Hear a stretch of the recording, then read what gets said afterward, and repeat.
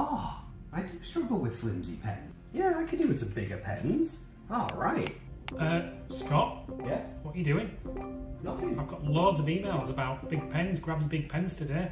Yeah, I just pressed grab your big pens. Oh, I've sent it to loads of people. What? There's hundreds. No, I haven't sent it to anyone. You have? No.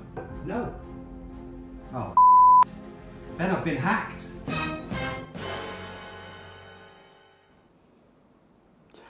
Hey guys, good afternoon, good morning. Welcome wherever you are joining us from in the world.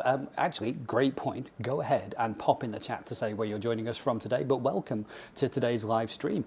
We are going to be chatting about the oh no to all clear when it comes to Microsoft 365 security. So, I'm Scott Riley. I'm joined today by... No, Marvin. Hello. Hi, Ben. So if you like, Ben actually knows what he's on about and I just do an awful lot of talking. But for today's session, what we're going to be covering is really we've had a couple of quite horrible security breaches with a couple of Microsoft 365 clients in the last few weeks. And so we just thought we'd share, look, there's so many security settings and options and best practice and standard operating processes. And we've just come out with a bare minimum. These are the bare minimum things that you need to do in a 365 tenant to make sure it's at least got some level of security. Now, I'll caveat by saying there are so many other settings, right? We know, but what we're finding is that, especially when we talk to partners or we talk to customers, people just get overwhelmed with the sheer amount of options that are available and where to start and which ones to do and how to roll it out. And so what we thought we'd put together for you is a list of, these are like the 12 steps that you need to follow in order to secure at a basic level 365. Because when we get brought in to these remediations, like there's been a breach and we get brought in to try and help shore it up and figure out what happened, it's the same things every single time that aren't set. And we just look at it and go, oh, why are these basics not covered? Now, we all know MFA and conditional access policies straight away, solid passwords, all of that good stuff. But what are the other settings that you should be looking at? So Ben's going to be taking us through live configuration on screen. I'll chat through the settings that we're going to go through. We'll jump straight in. Ben, are we starting with conditional access? Yeah, so with security defaults, so we typically turn those off when we're using using conditional access. So yeah, if we'll be jumping into the Entra portal, but we've also got the Azure AD portal, the traditional one as a background, as a backup. Is that because we don't know where the buttons are in the Entra portal? Yes, yeah. So the muscle memory is pretty much there for the old portal, but yeah, I'm certainly still working on that within the Entra. So we're going to try and do everything in Entra, but we'll see how we go. Good luck, because I tried to find security defaults earlier, gave up, and I went back to the other portal just because I know where it is. So I found that just to make sure. So yeah, you'll find that under the overview. So we'll jump straight into that. So within the Entra portal here, we've got overview, and you'll see some of the properties. So it's a random setting buried under here. Is it worth, before we get cracking, just to mention the license we're using on this particular tenant? Yeah, that's a good point, actually. Yeah, we've got it on screen here. So this is a brand new Office 365 tenant. It's completely clean. It is cloud only, so there's no hybrid AD or Exchange, anything like that. And we've popped in Business Premium. So Business Premium should give us at least Azure AD P1, unless you've done something different. Yeah, we've got Azure AD P1. So we've got Azure AD P1, sorry, Entra ID P1. I'll get there. And so, yeah, so any of the settings that we're going to look at today should cover, if you've got Business Premium at least, then these will be good settings for you. Yes, definitely. Business Premium is a really good minimum these days for, yeah, for your baseline security settings. Yeah. If you're having a challenge getting your customers to move up from Business Standard to Business Premium, call me. Let's talk that through, because it just feels like it has to be the bare minimum these days. Definitely. Cool. So just jumping back into the portal. So we've got overview, properties, and we've got the security defaults here. So this is turned off just because it's a CDX tenant. So the CDX tenant is the Microsoft tenants you can spin up and test with. So by default, all new tenants will have the security defaults turned on. But before you can use conditional access, you need to disable this, sort of build your policies and get them ready before you turn that off. In some scenarios, certainly in your small organisations, security defaults might be a good solution. However, more often than not, you need bespoke configuration just to suit the user base. So we've turned those off. You'd go ahead and save that, and then we're going to go ahead and jump into security, into conditional access, and we'll build some policies. So if we just expand protection here, you've got conditional access. And then obviously this looks fairly familiar because this very much represents what we see in the traditional portal as well. So we've got all our bits and pieces in here for configuring the CA side of things. So we're just going to jump straight into our policies and we'll work through some of the policies we've got. So the first policy we would typically do is to block legacy authentication. Do bear in mind is whilst we're blocking it, if Microsoft have already seen that you're no longer using legacy protocols, they may have already blocked it from a platform level, but you don't have any control over that. So we always recommend you put that conditional access policy in place to get that block in place there. So we're going to cheat and we're going to use a policy from template. I don't think this is cheating. I think this is efficiency. It makes things a lot quicker, and obviously we've got a few things to get through. So you can see we've got lots of lovely examples here. We're going to go ahead and block this legacy authentication policy here. So we can review that. You can see it'll default to report only, and it will also exclude the current user that I'm running with now. But once we create that, that'll make more sense. So you can see how quickly and easy it is to tick that first box. Bear in mind, you need to jump in here and then re-enable this, because obviously it's in report only mode. But if you're conscious that this is blocking something you may be using somewhere, you can look at your signing logs, which you'll obviously see under here. You'll see the signing logs. You can review the signing logs for these users and then get a good idea of whether that is hitting that policy and whether it needs blocking as well. But a good condition you can put in place as well is to look for client app and make sure you pick all these legacy authentication protocols here. So that will probably be the quickest and easiest one to do. Make sure all these are selected and you would go ahead, apply that. We're not going to have any listed here because it's a brand new tenant. If you're any listed there, you're using those legacy protocols, then you can work around and get them moved off the users, whatever they're using. Typically, I was going to say, I think that's probably a great way, like if people are worried about putting that policy in place beforehand, then they can have a look at those signing logs and see if anything's being used. But if security defaults is turned on, then chances are all that stuff's blocked anyway. Exactly. So the legacy authentication block is part of security defaults. Yeah. The reason why we're turning that off is because we want a bit more bespoke configuration on our CA, which you'll see when we get there. So just to look at this as well. So by default, you can go up to last 1 month as well. If you need anything longer, you have to put those logs somewhere else. But just bear that in mind. But 1 month is a good indication of whether you're using those legacy protocols within the organisation. I would also recommend actually if you can get longer logging either through an external platform or something like that, or even just by adjusting the default log length, that would be useful. Again, in one of the recent breaches we'd seen, the incident actually happened sometime in August where they'd got into the system, but the effect, if you like, of what they actually did happened in kind of October, November time. So 30 days wasn't long enough for us to go back and see the original sort of audit trail there. Definitely. But we were able to pick up some of the pieces of what had happened since then. But yeah, if you can extend that, you can extend the default log length. Not for Azure AD, only for mailbox auditing. However, with Sentinel now, you can ingest a lot of the 365 stuff for free. Sure. So you maybe pay a few quid a month, but if you just want that long-term archive, because it's dumping into log analytics really. Yeah. So you can up the archive and you just pay for the retention. Yeah, I mean either that or there's like third-party people as well. Exactly, third parties as well. So yeah, you're not relying on the Microsoft ecosystem. Do you know, it's more that like when you do it in 365 and Sentinel, you have to set it up once per customer. Yes, exactly. And it's kind of awkward. Whereas I think if you can do, I don't know, I'm picking Augment just off the top of my head. Multi-tenant, you can see lots of customers, you might be able to get more logging in there. Definitely. Cool, so let's jump quickly back to our conditional access. So we've built our first policy. I'm going to call out as well, so Microsoft are rolling out, before we go on to the next one, Microsoft are rolling out Microsoft managed conditional access policies as well. So February, yeah, so they're they're appearing within customer tenants. I've seen a couple over the last few weeks. You get like a tag and it says Microsoft managed. So basically potentially three policies depending on whether you've got an Azure AD P2 license. The first policy is admin for Microsoft control panels, and then it's another MFA one for the users who are already using it basically. And they're enforcing it for those users. If you've got Azure AD P2 in there, they're also building another policy that will basically, for the risky signing, they're turning that on as well.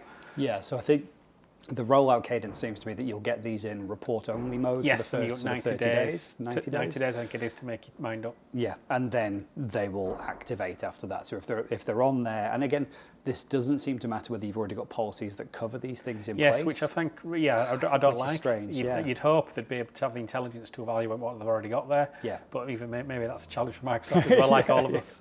So they're literally pushing it out to every tenant. So we are going to have to keep an eye on this and see those Microsoft managed baselines come through, and then decide if you've already got a policy to do it, great. If you haven't, it's up to you. I'm not saying disable it, but what I'm saying is be in control of the rollout to your customers. Exactly. So we'll go ahead and create another policy. So I'll just jump back and just do the new policy template. So we're going to require MFA for all users. So you can see it's given us some fundamental bits and pieces here to actually require that. If we just click on some of these, and we'll just find the policy we want, because I can't remember which one it's under. So it'd be remote work. So top right, MFA for all users. There we go, I'm just blind. There we go, so we're going to use that one. I don't want to tell them it was on every page, but it's okay. Was it? Yeah, I can't see for looking. That's the thing, place. I've got a camera in my face, that's why. So you can see this is a really simple policy. Again, this will stick it in report only mode. I'm not going to turn this one on because I don't want to disrupt the demo. Yeah. Because it's going to force me within a little bit to actually go ahead and enroll. So that's a really simple policy. All users, you can see the only excluded user is me because I'm the one who's turning it on. The idea is you'd have no exclusions, everything will apply to all by default. Never use group or inclusion groups for conditional access policies. Always default to all users and use exclusion groups where required, and then you're not having to remember to add someone to a group. It's secure by default, which is the biggest recommendation. We're targeting all cloud apps, and our grant control there is require multi-factor authentication. And just to clarify, for all cloud apps, does that include things like shell access, PowerShell access, all that kind of Yes, so stuff? anything integrated with Azure AD, so if you're using any of the Exchange PowerShell modules, you'll be forced to use that. Okay. Even if you integrate Salesforce or whatever, another third-party app with Azure AD, as long as it's registered and appropriately set up, again, if it's using your credential, you get the whole MFA secure logon prompt as well. Okay. Cool, so just jump up there. So the next policy we would do is potentially block in unapproved countries as well. Yes. So we would create our named location. I'm going to pick a country. Because we're in the UK, I'm going to pick the UK. And we're just going to search for our United Kingdom here. Just add that. Great. So what we would do is, so we've effectively created our policy. What we would want to do is basically say, right, we're only going to allow access from the UK. So if we go ahead and create a policy, I don't think there's a template for this one, but let me have a quick look.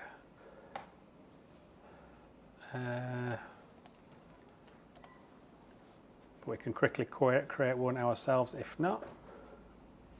Oh, it doesn't like that, just search one, does it?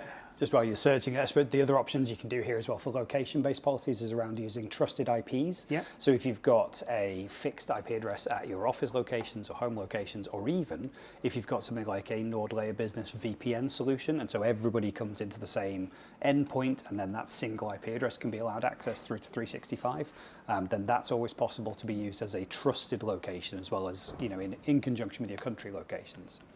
Yes, you can see here, I'm just quickly adding an IP address. You can see my name is Google. Oh, can't spell. You are Mr. Google DNS, yep. Yep, so that's how you would typically add an IP. If you want to trust that IP, that'll list in here, and then that will allow us to use that IP address within our conditional access policy. What's quite nice as well is now it lists what policy this trusted location or location might be used in as well. Obviously, we've got no configured policies yet.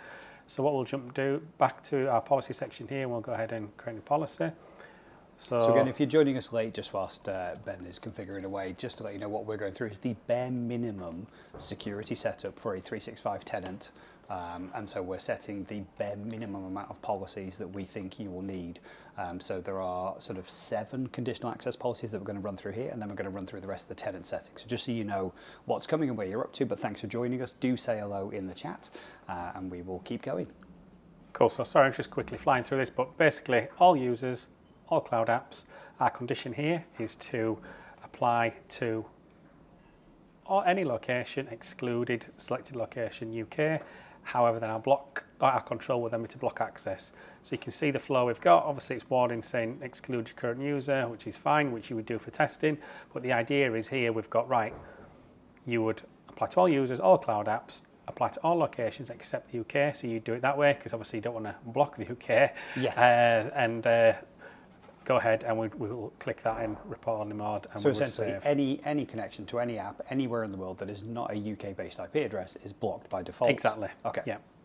And again, rely on that all users for that assignment once you've done your testing and you're happy with that. Yeah. Now we do, just very quickly, we do always put in an exclusion there as well, so that if people are traveling out of the UK and they're going abroad with their trusted, device that's registered with Azure AD that is compliant, we can put in some exclusions for that as well to make the life a bit easier for people who have to travel with their devices. Exactly that. Yes. So if we're looking at our conditions here, we've got device filter for devices. So we could configure this, and we could say, right, we could also exclude a device from this rule, for example, if its compliance equals true. Yep. So by compliance, we mean it's enrolled with Intune and it's got compliance policy assigned. We're not going to get to Intune in today's section, but that's a nice thing you can work around as well. If you've got a trusted device, you can have that overall access there. It doesn't work with sort of bring your own device, as in like mobile phones usually.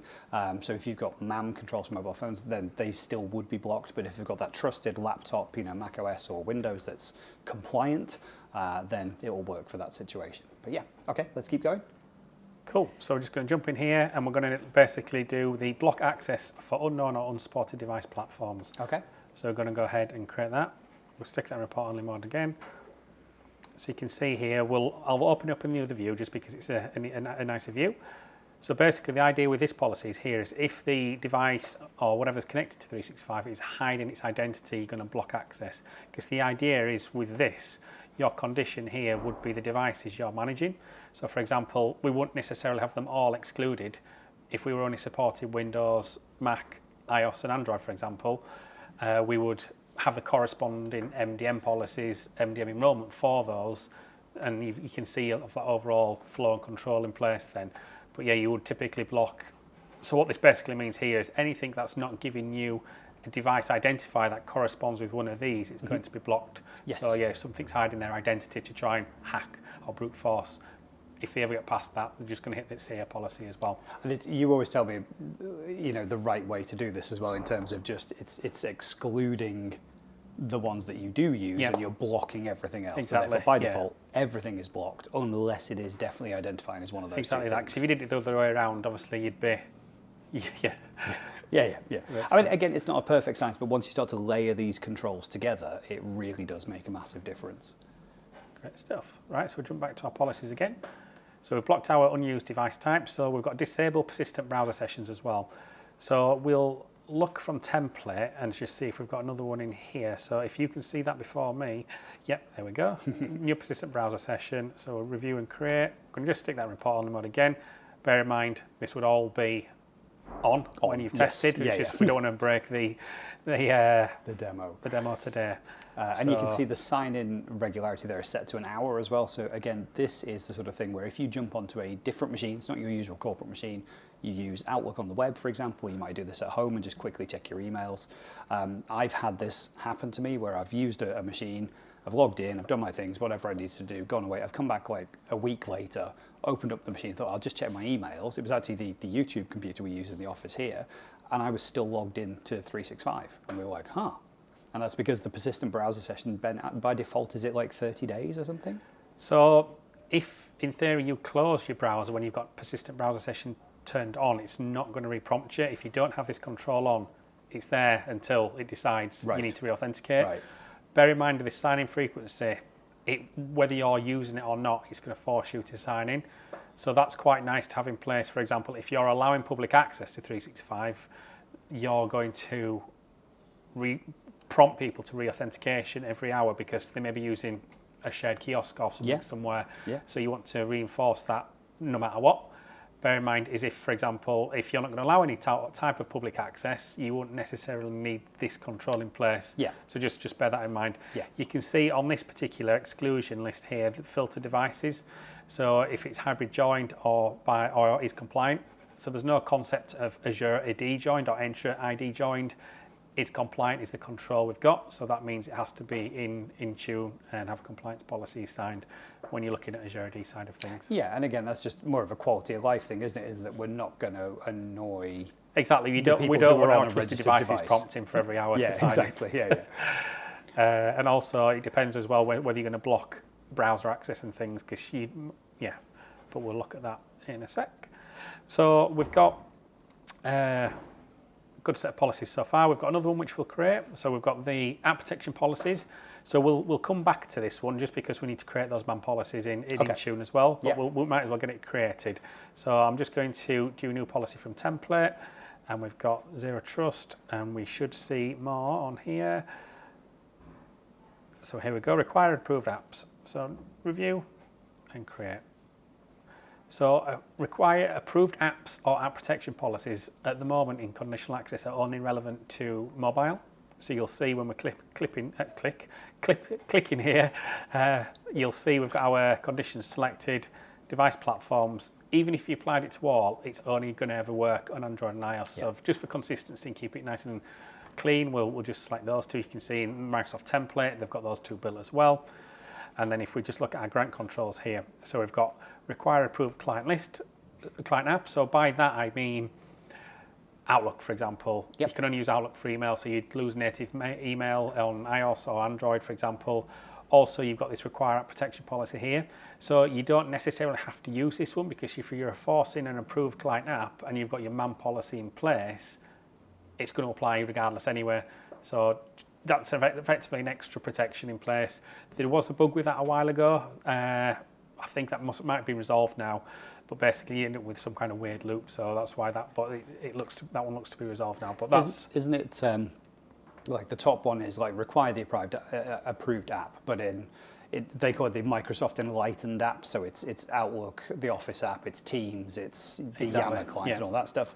The bottom one is where we can then configure, like customize those policies inside. So we can say you can't copy paste, you can't copy paste between these applications, all that kind of stuff. Yeah, so you don't necessarily, because if you're forcing an approved client app, you're effectively forcing MAM on there, because MAM applies to all those approved apps. Yeah. So you could sort of argue, well, the second policy is not really required because I'm forcing people to use those apps anyway. So would that mean you can copy and paste data out of those applications? No, because you're forced to use Outlook. Yeah. I've got MAM applying as soon as I launch Outlook, if that makes sense. Yeah, but where's the control coming from? Because I thought that was the app protection policy. No, so it's already there. So if you're using that approved app, once you log on and you've got your MAM policy applied to anything that uses Outlook, it's going to come down anyway straight away. Okay. So I think the reason why they've got that additional control is because now there's MAM protection in non-Microsoft approved apps. Okay. So there's some third-party apps which now support MAM. Yeah, I've seen like Adobe Readers in there and stuff. So of course it's going to be Adobe, because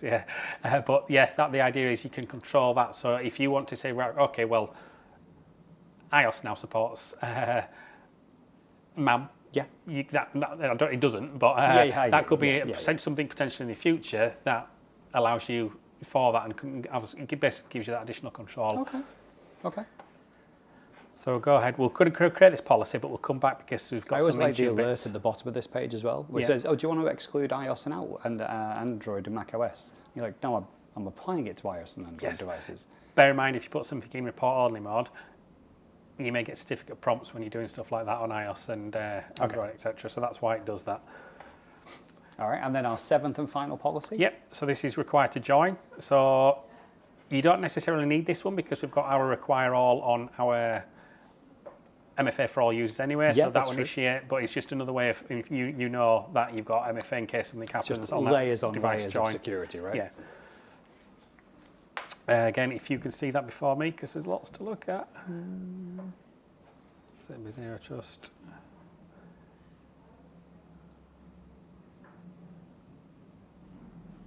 Nope. Right. No, you might have to make it manually. That's fine, yeah, definitely. It's always good. So we'll go ahead and create our new policy.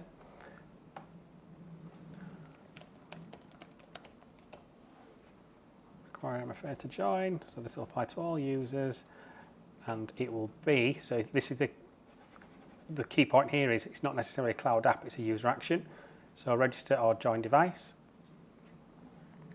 And then our session control here, again, is, the grant control here is require multi-factor authentication as well, and select and save. So that, again, is a really simple policy to create. That gives you that extra bit of confidence that if someone's coming along with a machine, you're enforcing that MFA policy through conditional access. That's it, yeah. No one is allowed to join the machine to Azure AD now without going through MFA. Like you say, we'd already set it MFA for everybody, but this is a just in case. Somehow they managed to get through that, then they're doing this step. Exactly. Then yeah. A lot of people ask, should we block the ability for users to Azure AD join machines? It's an interesting one because the idea is, whilst you could do that, you would probably enforce like Intune, so they automatically enroll and things like that. Or if, well, a certain good scenario is if you're still using hybrid, you could turn Azure AD join off because you're using hybrid, but obviously we're heading towards the cloud future. You can control that and say, right, well, I'm only going to allow corporate machines to join. And by corporate, I mean an autopilot stage device. So you could be worrying, well, anyone could join. Well, not really, because they still need a user account and MFA, etc. Yeah. But if you want that additional layer, so trusted users with personal laptops can't enroll, then you just change that enrollment restriction, which we'll probably look at as well, just to make sure people can't inadvertently enroll a device into Intune. Sure. Yeah. Okay. Good stuff. So 7 conditional access policies. Yep. That's not a lot. I've seen we have standard templates around that are 15. Yeah. Out of the box, that is great protection straight away. Definitely. Just getting those settings there.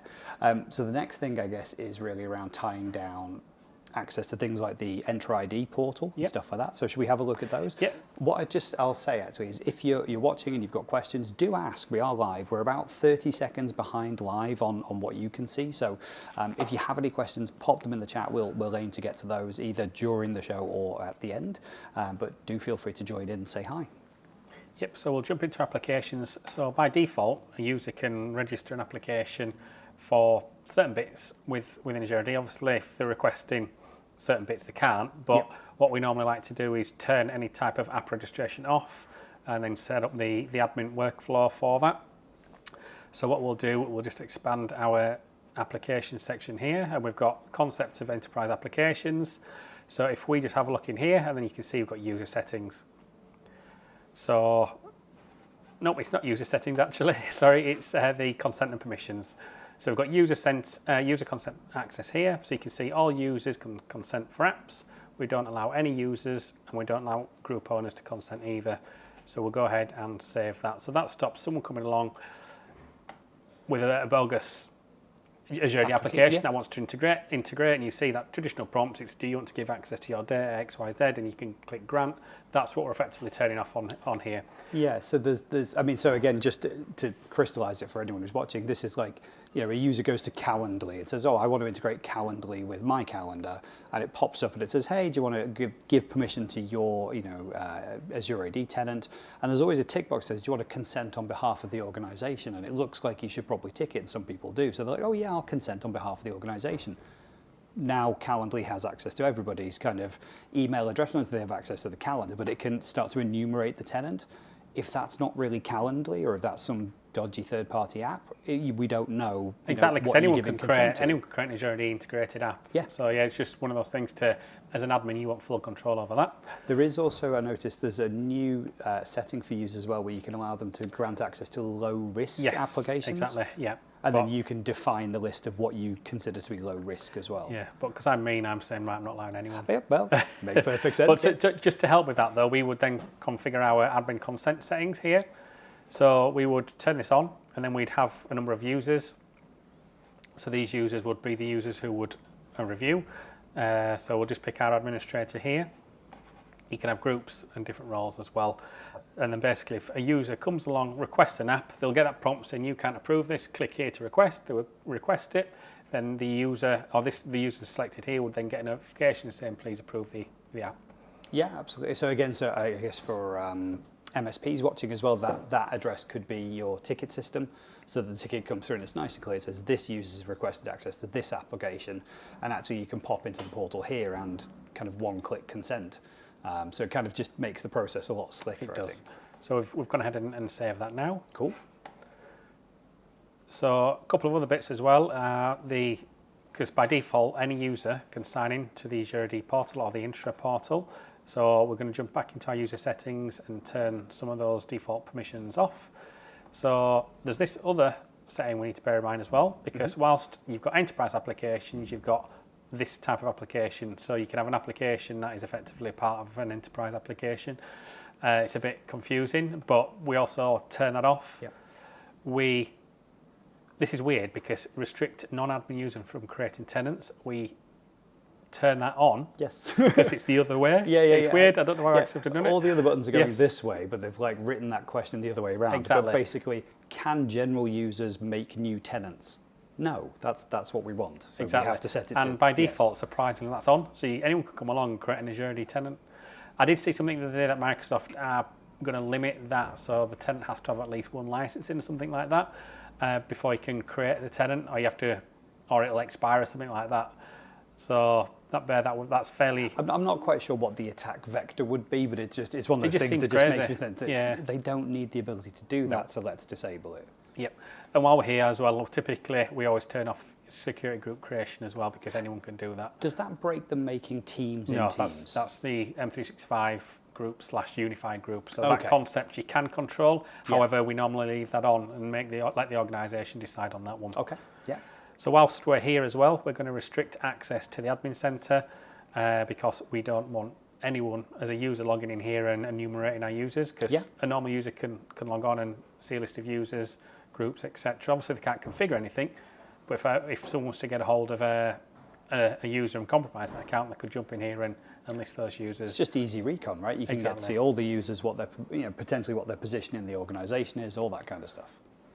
Yeah. So there's a couple of other settings. We've not necessarily got them noted down, but I'm just going to mention them as well. So I'm always blocking LinkedIn account connection here, and I also turn off keep user signed in as well. Oh, you meanie! I like the LinkedIn account connection, but okay. Again, I can understand it. And I'm going to save that. And just for a bonus, I'm just going to jump into this external user one here and ensure that this guest invite setting configured here. So at the moment, anyone in the organisation can invite guests, including guests. We don't really want that. We're happy with members inviting users, but we don't want guests inviting guests. So we'll just save that. Some organisations are really restrictive, and no one can invite guests other than an admin. But yeah, as a nice in between, we would typically flick that on there. Well, again, it just seems like a crazy setting that you invite a guest to your organisation who's not a member of your organisation, but they can then invite another guest. Yes, which is interesting. So the next one we now recommend is to ensure, well, this is an interesting one. So self-service password reset is something we can enable. It's not on by default. The whole combined registration is on by default now, and they've removed the button to turn that on, but we'll look at password reset and what that looks like from here as well. So let me just try and remember where it is. It should be under protection, I think. And password reset, yes, good guess. So says the expert. It's because it's hidden within Entra, that's why. I know. I could find it straight away in there, but I'm forcing myself to use it, even though they may rename it or change it in another 6 months. It'll be back to Azure AD. Yeah. So self-service password reset, you can see it's got authentication methods here. It uses the same authentication methods as MFA. You may think, well, that's a bit crazy because if someone's compromised MFA, then they've compromised that. However, you would typically configure it to require 2 methods. So we would, we're not going to turn this on because I don't want to break the demo, but you would turn this on here, or if you want to phase the rollout, you could select a group. The authentication methods, we normally always have 2 by default, and select the questions that are most appropriate for your organisation. Bear in mind, if you select both of those, you can't use both of them because you can only use one mobile app-based method. So, for example, if I came along and got these 4 selected, it would rely on one of the mobiles, or email, or mobile phone as well. Again, I'd be questioning mobile phone because typically authenticator's on the phone, so if the phone's been stolen. So there's no real nice solution for that because, again, security questions typically always get forgot about as well. And at the moment, you can't use like a security key or anything for that. It's purely just those methods listed there. Some organisations don't turn it off, but we normally say, right, 2 methods, and we give the user the option to configure those. So we can go ahead and save that. So an interesting one when we're talking about MFA, there's been some recent changes to MFA as well, as Microsoft are really pushing strong authentication methods now. So by that we mean the security keys or authenticator app. The whole point of getting rid of the passwordless authentication bit, I guess. So if we sort of retiring SMS and phone as a method as well. So if you rely on those, those are going. So it's worth pointing out. So if we jump into our authentication methods here, you can see by default from an Azure AD point of view, these are all turned off. However, to confuse things, if we jump into the traditional MFA policy here, you've got these turned on. So what Microsoft are encouraging you to do now, so this is by default, is still the case, even though Microsoft are pushing us to manage this migration. So everybody needs to be working on this here, and I would question whether you just do it now rather than relying on this. Basically, what you need to do is match the policy you've got listed here with the methods we've got here, and then basically come in here and then complete that migration. So at this point, we're basically going to say, right, ignore all the legacy policies. We're relying on what we've got set in here, because at the moment it's a bit, well, it could be either, which is really naff. So what we're going to do is we're going to turn on our security keys.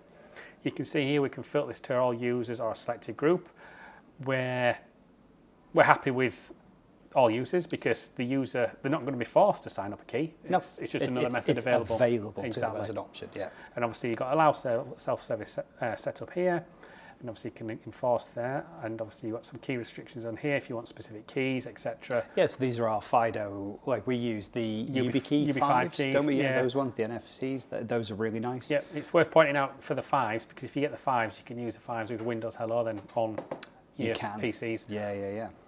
And slightly better than some of the built-in fingerprint scanners, I hear. Yes. So if we look at that, so we've done our security key, we're going to turn on our authenticator as well. And it's worth looking as well, looking at some of the modes we've got available. So we can either allow push or passwordless if you wanted to. We're going to allow any because we like both, and configure as well. So Microsoft typically have enforced the number matching on by default now. Yeah. So Microsoft managing the application name, location, etc. So you can see this is all Microsoft managed. So if you want to push those settings out now, you know, come in here and turn those on. So the only one they've enforced for everyone now is this one, which you can't configure anymore. Yeah. So the number matching is on by default everywhere. I signed into a new tenant as an admin this afternoon, and it was number matched by default.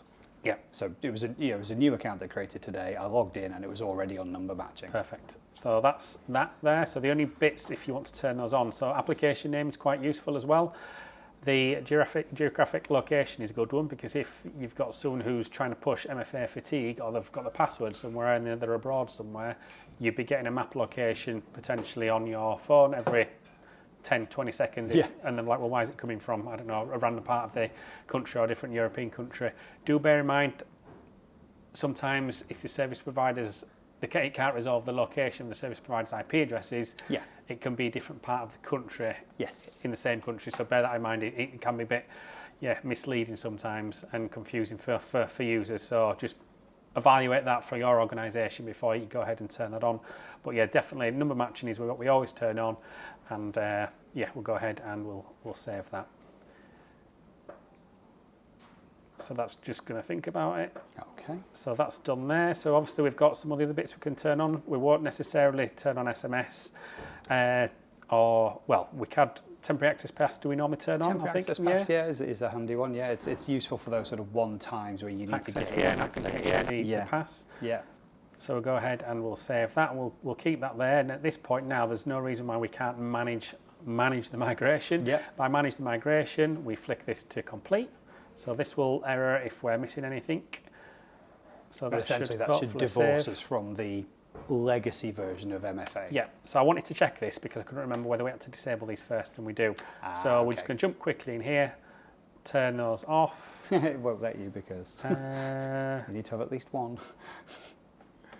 So let's wait for that to complete.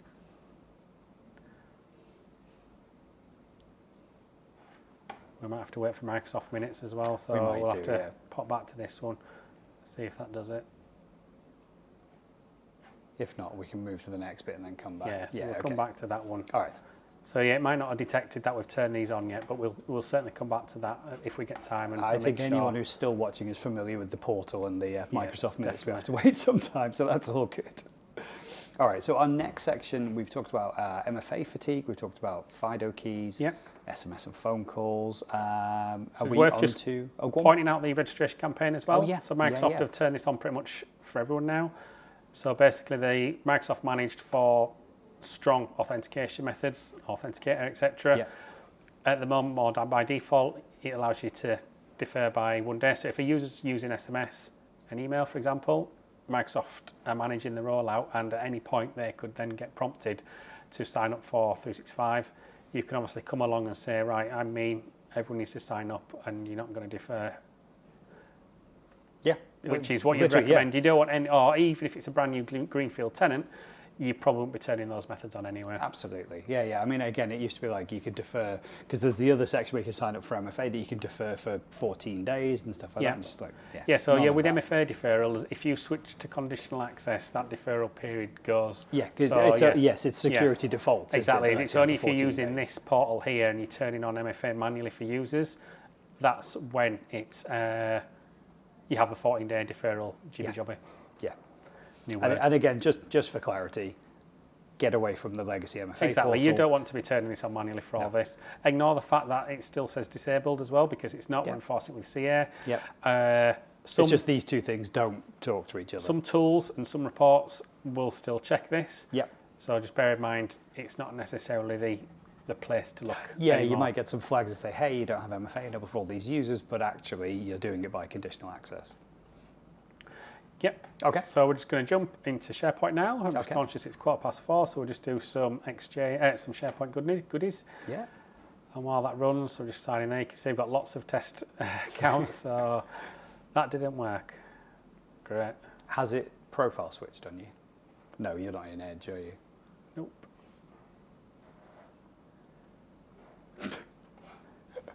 Typical, isn't it? So we've signed out. Let's get signed in with the account.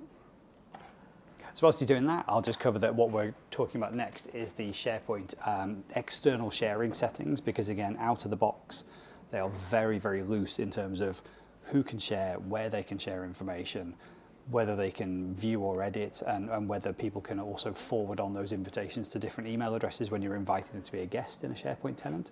So we'll cover those. Yeah, I'm just going to jump in another tenant quickly. Okay.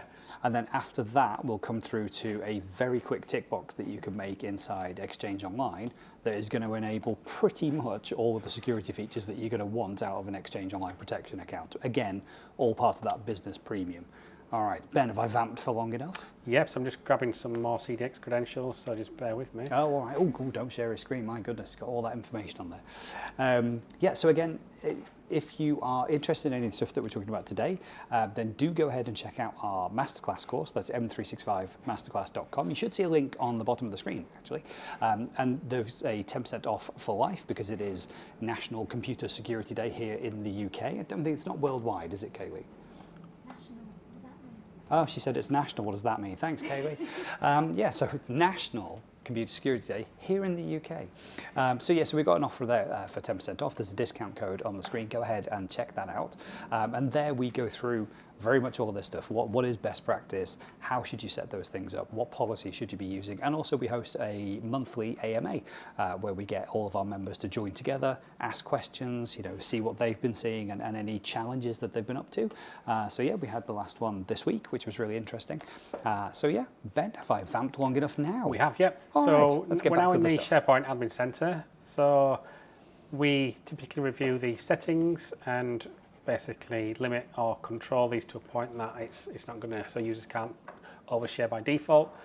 We would usually change these, and basically only new and existing guests can have SharePoint OneDrive access. Yep. If we scroll down here, we've got a couple of tick boxes to turn on. So guests must sign in with the same account to which the sharing invitations are sent. Yes. We're not going to allow guests to share the items they don't own. That's weird. Why not? We're going to automatically expire guest access to a site or OneDrive. I normally bring this down to 30 days. Yep. And then if people use a verification code, must re-authenticate after 7 days is a nice in between. Yeah. So a couple of options we review here. So choosing the type of link that are selected by default when users share files and folders.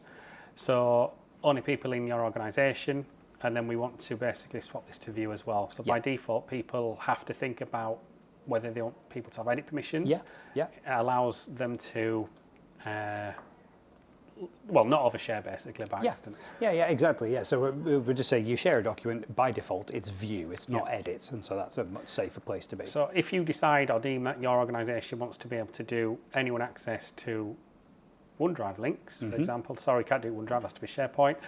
You can configure in here and then choose the expiration as well of these links. So if you've got anybody links, you can come and write, we'll expire these in, I don't know, 14 days. And these links can either give view permissions only. I would argue, well, if you're doing everyone, you don't really want to be giving edit. Yeah. And also folders as well. You can change that to view as well. Yeah, it's nice to have some more control around those anyone links. I think that there are some valid use cases for them, but for the majority of cases, it's a no. Exactly, you know, we want and to make sure it's you can configure this on a per site basis as well. So if some organisations that maybe have one SharePoint site that allows them to generate anyone links, and then you can configure that on that individual site. So overall, this is SharePoint. So anything new, anything that's been changed, it won't override that. So if you've got a big organisation already and you're thinking about changing settings, you'd have to review each site for those settings. So just bear that one in mind. Yeah, definitely. All right. So in the minutes that we've got to go, shall we jump into the Exchange Online protection stuff? Yep. So I've just fired up Security Portal here. I'm just going to use my other tenant because this should be already hydrated. So let's just wait for this. The Security Portal is always quite slow.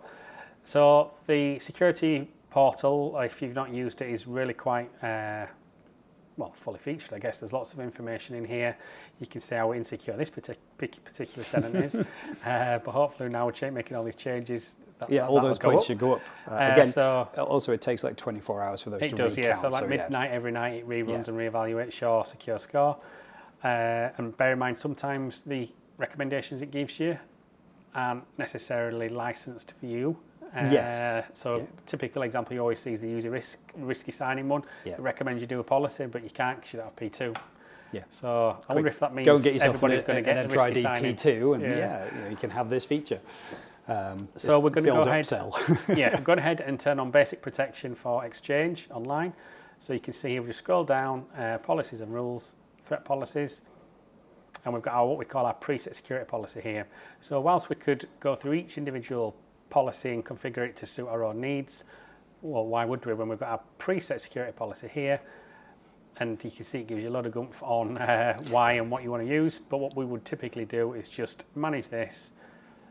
And we always aim for the standard protection. Standard protection you works can do really strict, well. but standard is a fantastic balance. Yeah. So we'll apply this to all, the Defender to all, and the impersonation protection will be on. And then you can have, so if you want to protect certain high-value users in the organisation. So, for example, Scott Riley at Gmail, and obviously that if there's someone set up and we're trying to impersonate, for example, Scott, this would add that extra layer of protection on here as well. And you can use the one on the right. What I normally do is turn it on for the domain, so you can see I can add a domain here. It's only it's not going to let us. I've not got a custom domain on here, but the idea is you select the domain on there, and you would go ahead and configure that. And then you can exclude people from there as well, but again, I don't like to do that. No, exactly, and it's like the whole trusted sender and domain. Anyone can spoof a sender and domain. It's it's not a good idea to bypass those rules. So what this essentially does for us is set up anti-spam, bulk mail. It sets up safe links. It sets up URL protection. It sets up safe attachments, and it does all of that for all the users straight away. So you're literally just ticking, like say you tick a box, you turn it on, that's it done. It will go away. It'll set that up in about 5 minutes. Exactly. Does it also set up the notifications at the top for external emails? I can't remember if it does that. I think that might be on by default by now. Okay. But if not, there's a little command that you can run to turn that on. Yeah. But we can pass that after. You may sometimes get an error on older tenants. I don't know if it's still there, but when you click the button the first time, it complains that you need to enable organization customization. Yeah, so that's a Microsoft minute timing thing. Yeah, and it says, I'll go and do that for you, and then it just sits there. And you can leave it and come back to it, and then you can turn on standard protection. Or I found if you jump into PowerShell and run the command on Exchange Online, it actually executes immediately, and then you can apply your standard protection. So either way, but if you get that error message, just wait. Cool, so we've got our standard protection in place. You can add exclusions, not recommended, certainly for the built-in protection. If you need to manage exclusions and things on here, you've got tenant allow block lists, which you can help. But just bear in mind, if you need to exclude a domain from here, or you need to block something, yeah, you can see here you can only block domains and addresses. Microsoft are not going to necessarily allow you because it's up to the sender to make sure their emails can send correctly. Yeah. You can add spoof, it gives you a bit of spoof domains here, and you can allow or block new domains, etc. from here as well. URLs, so URLs and files not necessarily relevant for well, they are relevant, yes. So if you've got someone sharing something and it's been wrongly categorized, you can block it, or you can't necessarily allow it, but you can submit if you want to allow a URL, you have to submit it to Microsoft for evaluation, basically. Yes, yeah. Because obviously they've scanned it and it's detected something. So that's security portal from an Exchange point of view. You can do tons with it from a Defender cloud app side of things. For an endpoint point of view, obviously it's not really in today's session, but just bear in mind there's lots of things to configure in here. This is a basic protection for Exchange Online. So just before we get towards the end, I just want to just jump into Intune because we need to look at the MAM policies we created the conditional access policy for earlier. Yeah. So if we just jump in here and we just go to our app section, and then we've got app protection policies. You can see here I've got a couple of built-in policies already. However, we're just going to go ahead and create a new one. So we would typically create a policy for Android and iOS.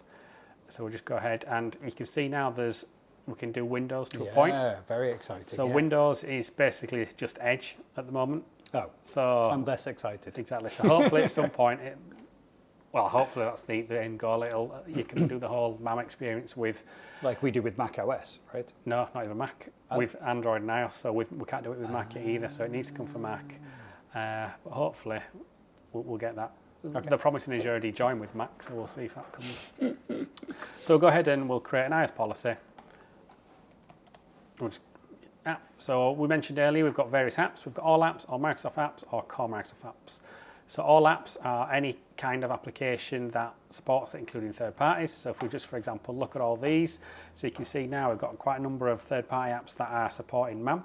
So by supporting MAM basically means that you can do a selective wipe of corporate data in any of these applications. So what's interesting there, obviously you can see Slack, and you've obviously got some WebEx stuff as well. But obviously it's mentioning a specific version, so I've not done that with the third-party app, but just bear in mind these support for those third-party apps now.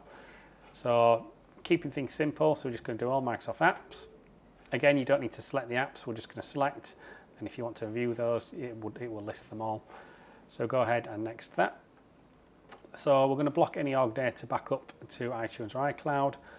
We are going to block the ability for us to send org data to other apps other than policy managed apps. So policy managed apps is anything in that app list we just looked at. Yeah, so you can't copy out of this and paste into anything else unless it's in that list of apps. Exactly that, and we can obviously exempt certain things. Certain things are exempt, such as like the dialer app. Yeah.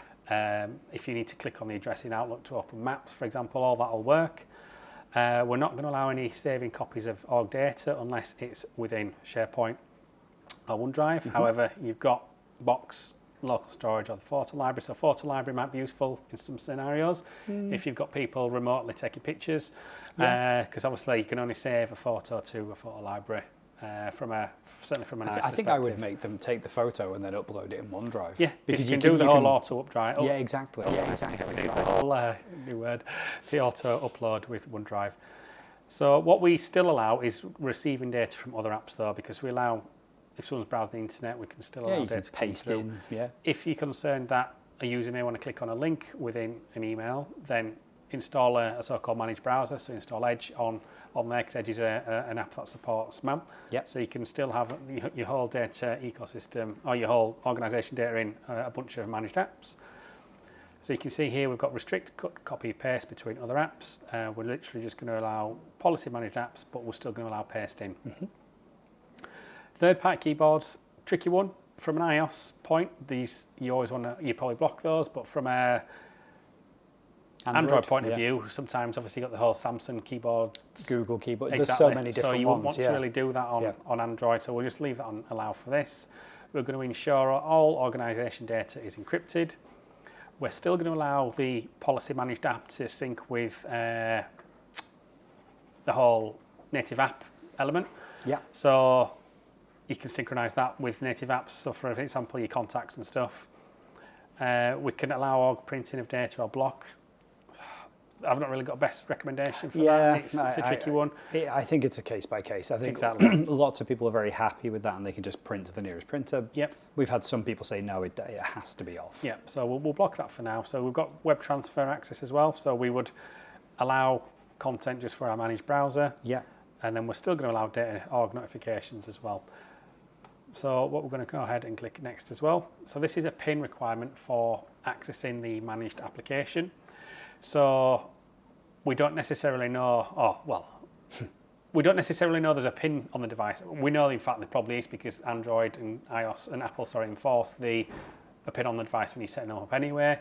However, if you want to make sure there's a different PIN, you can set that, and you can also use Touch ID as well. So you might say, well, this is quite disruptive, but in reality, if you're using Touch ID, you just look at the phone and you're into your emails and things anyway. Yeah, I mean, it's the same thing as like, my kids pick up my phone or they pick up my wife's phone and they try typing in numbers. And sometimes they'll see us type in the PIN, so then they'll type in the PIN.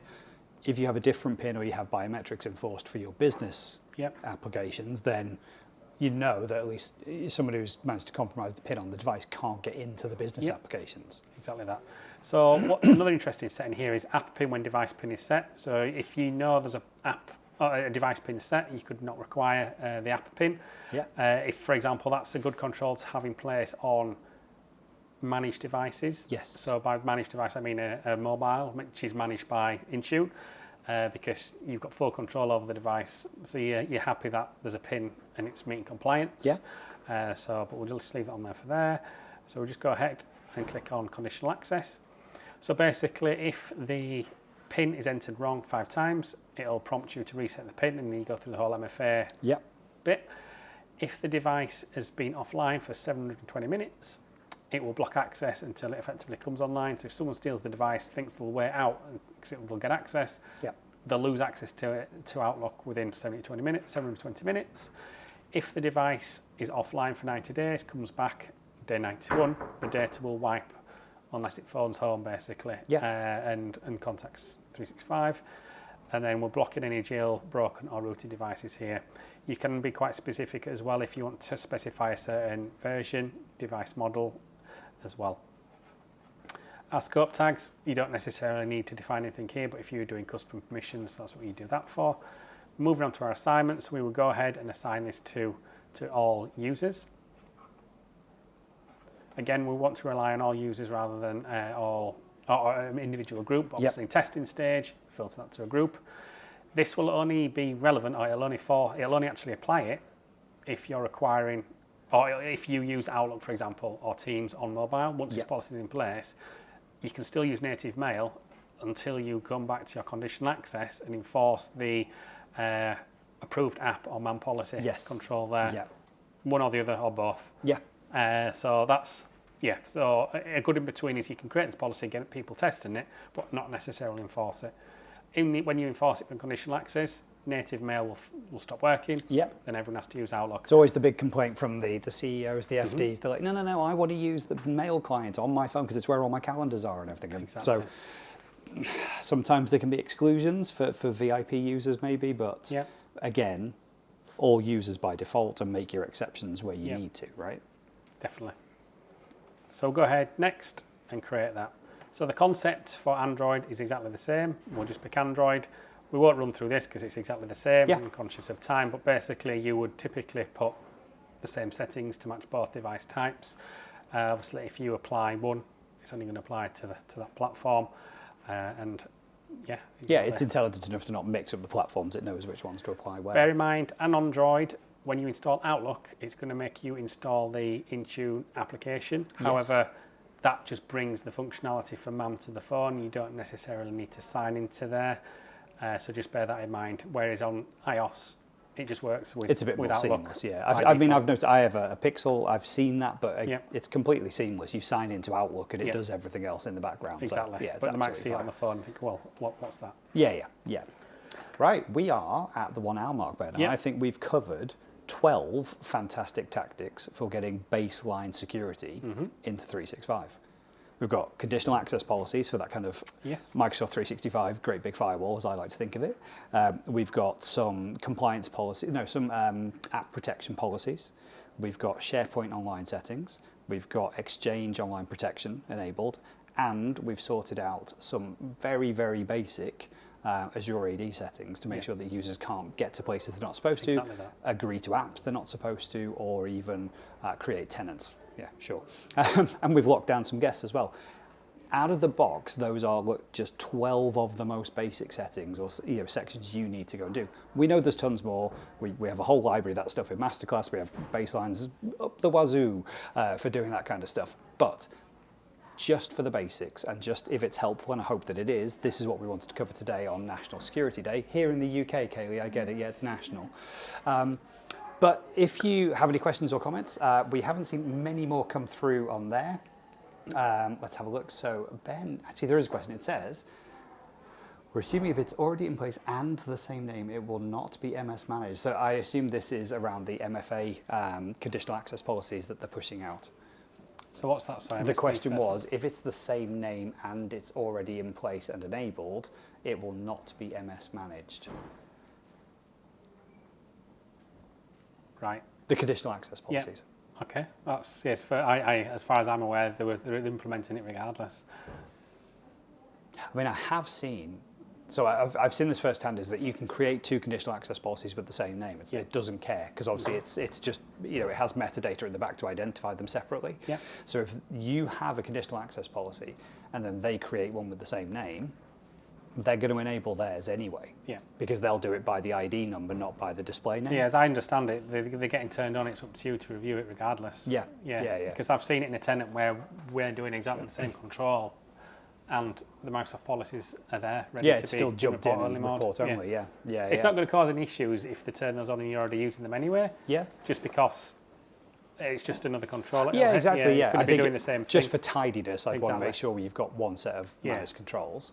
James is asking, does standard protection on Exchange Online incur any costs? No, it's included in Business Premium. Yep, so as long as you've got your Defender for Office 365 package, so in Business Premium that's on. Yeah. Obviously, if it's Business Standard, it's not.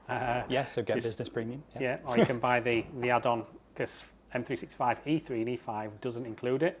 So you still need that 90p add-on per user for the Office 365 add-on as well. Yes, and it's Defender for Office 365. Yes. Yeah, because you've got Defender for Cloud, Defender for know. Endpoint, Defender for Cloud Apps, etc., etc. Okay, he's updated a couple of things on our tenants I've been watching. Good. Okay, good stuff, James. No, that's nice.